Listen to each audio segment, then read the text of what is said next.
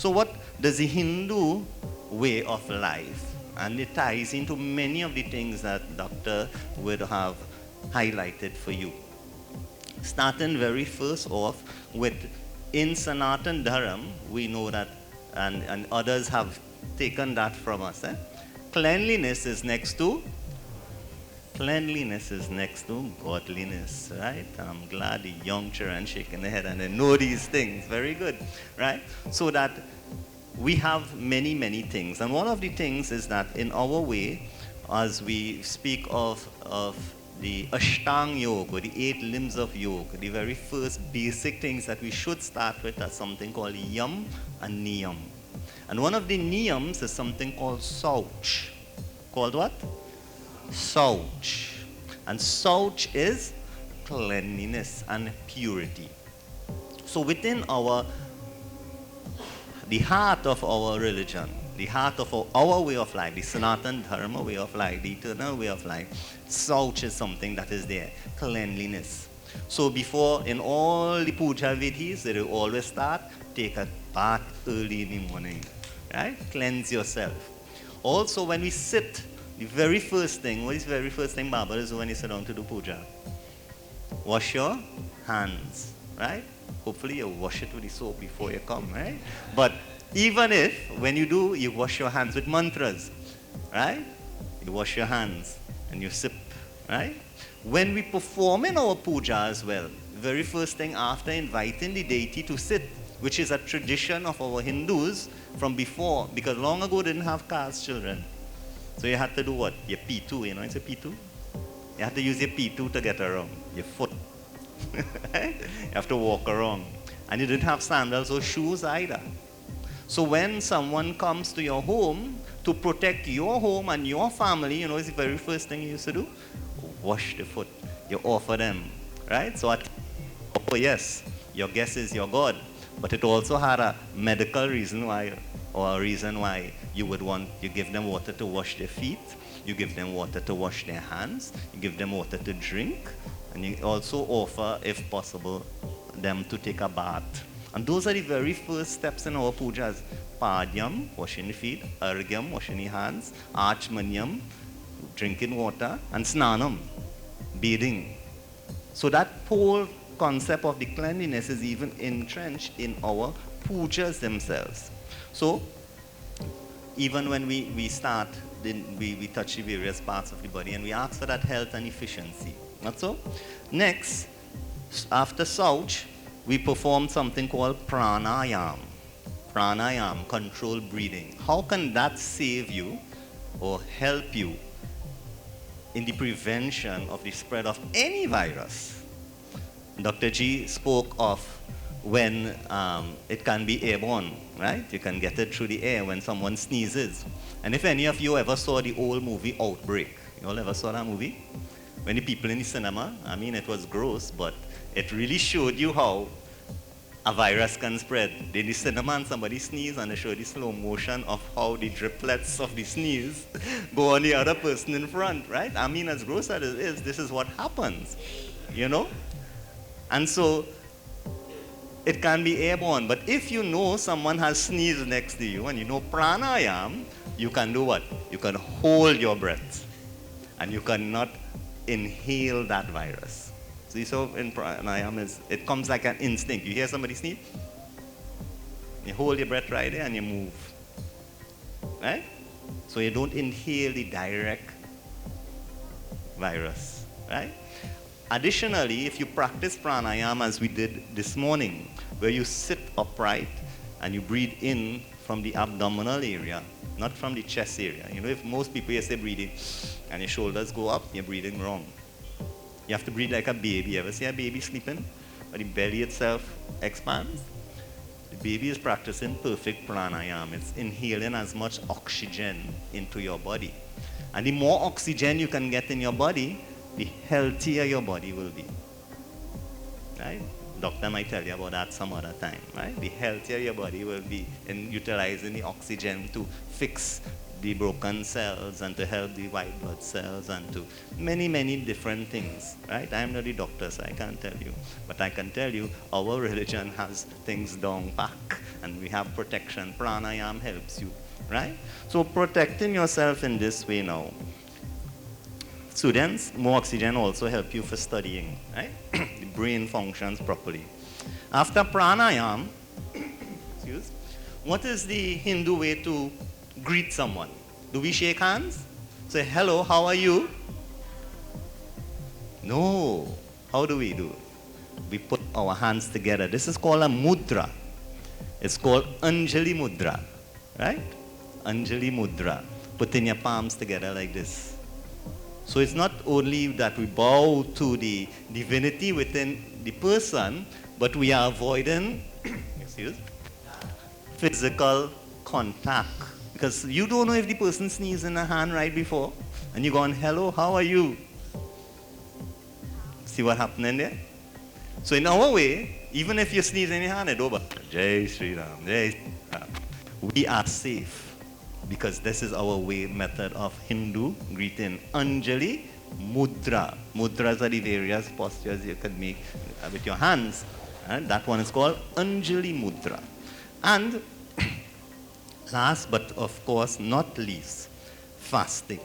Oh, before I go on to that, a doctor told you about using disposable, right? If you have to cough, use something disposable. So in schools and so on, children don't carry the wash rag like long time, long time. You have a wash rag and you cough in your wash rag and you have your wash rag there. That will actually hold the virus. And it can, when you put it down, it can get onto the surface wherever. So use disposable, as doctor said. But we also teach children, if you have nothing like that, do not sneeze in your hands, sneeze in your elbows. Right? We teach the children that in school. Why is that now? Sneeze in your elbows, because you don't use the elbows to touch around the place and spread your germs. Good? So that whole aspect of shauch and cleanliness is entrenched in our way of life. It's there. And these are daily things, these are regular things that we should be practicing and doing. And if we do it, it will protect us. So that shauch is not only shauch of bathing and washing your hands properly, right? Chris, you want to show them how to wash your hands properly? In school, when we teach children, we say sing the alphabet, the whole alphabet. A, B, C, D, and you really rub all over the place, right? Or you sing happy birthday to me, happy birthday to me. These are ways, this is how long you should, how much and the timing and how long. It's not just putting your hand under the water and then coming out, no. To wash it properly, you have to get into all the different creases between your fingers, up to your wrists and all that, right? That's a proper way to wash your hands. Good? So this method of shauch, cleanliness, doesn't go for our bodies only, for environment. We keep our environment clean. Long ago, why do we leap our baby with gobar? To kill bacteria. Because gobar from a grass-fed cow is antiseptic. You only paying a set of money for, I wouldn't call it brands, of sprays and wipes and all kind of things, right? But long ago, gobar was that. The whole house used to be leaping, not so? You think they used to worry about virus and things back then? Think about it. But we have modernized. We have concrete house and tile floor and things now, right? So now we had to buy the other thing now, right? Because you can't go and spread the gobar. But the gobar is antiseptic. It kills germs and bacteria. Good? That's only from a grass-fed cow. You know, everybody running on grass-fed butter and cheese and things now, right? Because it is healthier for you, not cows that eat pellets and all these other things, right?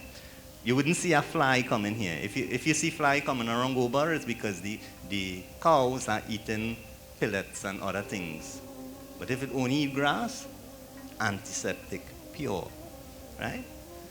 So the shauch, the very last one, which you know, Babas and Pundits have been advising over and over and over. And people don't listen when they don't do it. Vrat, fasting.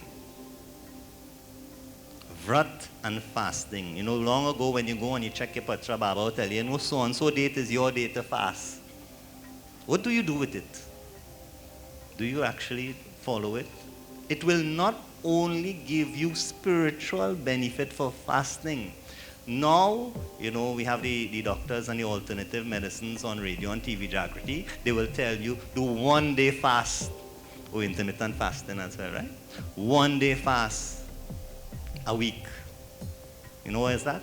To give your digestive system a relax from the hard work it has to do all the time. Think about this now. How do you feel after a nice heavy Sunday lunch? Energetic and ready to go? Opposite, not so? Macawell syndrome, right? We don't want to label any snakes, but when you eat, you feel very lazy. Ever thought why? That is the amount of energy it takes just for digestion. So it pulls all the energy, so you feel very weak. Think about this now. When you're feeling ill, you just feel to eat. That's your body's natural way of fixing itself, redirecting the energy. So you don't feel to eat, so your body will not eat, so that you won't spend the time and energy in the digestive systems. And however, the energy in your body now will be redirected to that of the white blood cells and fighting off diseases. This is why now, in Devi Bhagavatam, Durga Mata, and it is recommended by Vyasji, that we have a 9-day fast in the changing of the seasons, because that's when most viruses go around. Actually, right now is a change of a season. We are actually in one of the Navratris right now, right? We are in. So the Navratri periods are placed in the changes of the seasons. And it is said that most viruses go around then. But if you fast during those periods, the energies now are redirected to keeping you safe from the viruses that spread. Isn't that amazing? Written how many thousand years ago, documented in our scriptures, that during these times, now I don't know if doctor could verify with me, the flu season, there are 2 flu seasons, right? What's the first one? March, April. And the next one is September, October. That sound familiar to all you? The flu seasons, according to the medical doctors, are March, April, and September, October. Your Chait Navratri and your Ashwin Navratri. Amazing, right? So these are the facts. These are your way. These are your traditions. I once heard somebody say fasting for Navratri is for a long time.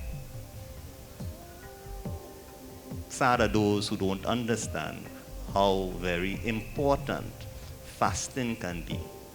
Give your immune system a rest. Think about the animals, as Dr. G said, the animals get infected too. You carry your animals to the doctor. Some places they do. But how would you know if the animal is sick? When the animal is not eating and things, right? And if you're lying around. That's a natural thing. Wild animals out in the forest, they have no doctor, but they will not eat. And so they will mend themselves and build their immune system. Such is the greatness of our recommendations in our scriptures. So all these are things that we should be practicing. On a weekly basis, we have fast. You have your days to fast. On a monthly basis, we have days that we could fast and observe. On a major occasion basis, we have days that we can fast and observe, right? And as we said, even the alternative doctors and the alternative health professionals are now telling you also live a vegetarian life and to fast at least once a week. So all these things are there, has been there with us for a very long time. If we practice these things, it doesn't matter what the name of the virus at the time is, because as you know, they keep evolving and they keep changing. But these practices, when practiced in our homes and practiced with our families, they will all be for the benefit of who? of all of us and our family, because nobody knows. Every one of you know as families, when one person is sick, it's like everybody, you could get sick too, or, things just not the same happy thing as how happy you are at home when one person, especially the mother, sick, oh gosh, they all fall down, right? So you try your best never to get the mother sick, because if they're sick, everything fall down. So we want to protect each and every one. So this is why this morning we have chosen to share with you these facts from the medical side of things, right? From young Dr. Prasad, as well as from the scriptural side of things with each and every one of us, so that we can practice it, and so we will live a better, stronger, happy life. So we'll have a bhajan while we prepare for the Hawan.